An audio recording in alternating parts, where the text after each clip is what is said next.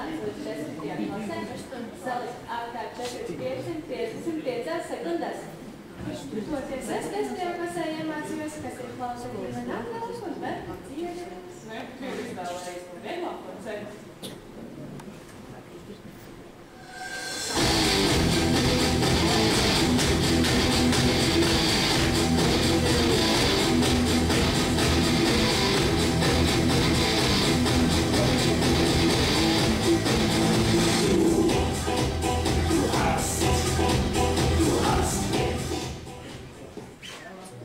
Aiziet, lamzagi, skrieš uz marš!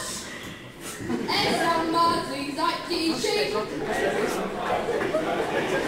Zakaidīši, spruncīši! Mājos labi sodīt māk!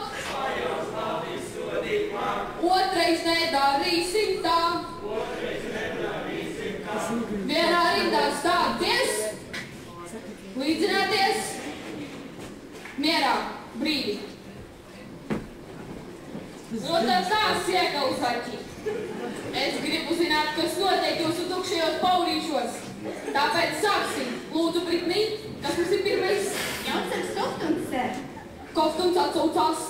Es, sēr. Skaidrs, par ko sodām? Koftuns ir pārkāpis 4. kodeksa 13. pantu par aizliegto filmu skatīšanos. Viņa personīgajās mantās tika atrastas tādas filmas kā Karalis Volva un Vendijs, taču īpaši aizliegto sarakstā minētais Princese Bārbija pasaku zemē. Nožēlojamais, ko var teikt sevis attaisnošanai? Man nav ko teikt, sēr. Esmu piecies nozieguma vietā.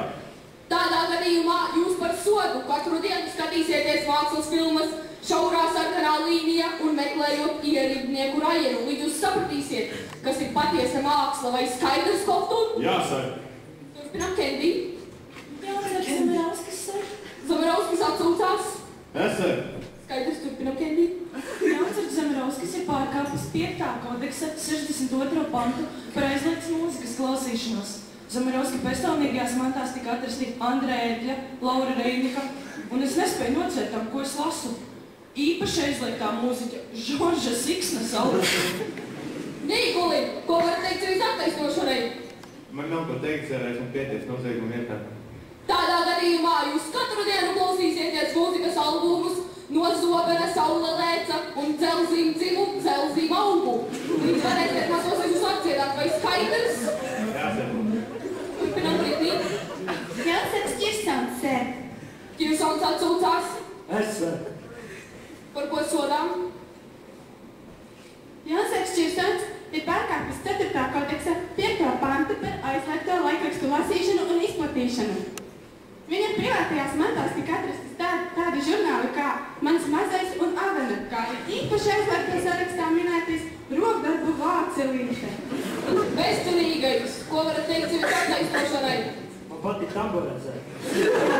Jūs tiešām esat bezcerīgs gadījums, bet par sodu jūs katru dienu lasīsiet žurnālu Tēvijas sargs un sniegsiet man īstu, detalizētu izklāstu par katru rakstu šajā žurnālā, vai skaidrs? Jā, sēr. Un kas tu tāds būtu? Jānis Žoržaņš, sēr. Kādi pārkāpumi? Pārkāpumu nav, sēr. Kā nav tūlīt pārliecināšos? Tiešām nav, esmu smagi kļūdījies. Piedodiet, švagīni, tas profilaksei. Tādi kā jūs, švagīni, ir mūsu tautas nākotne. Rīt dosiet uz Irāku. Brīvīsku īstu.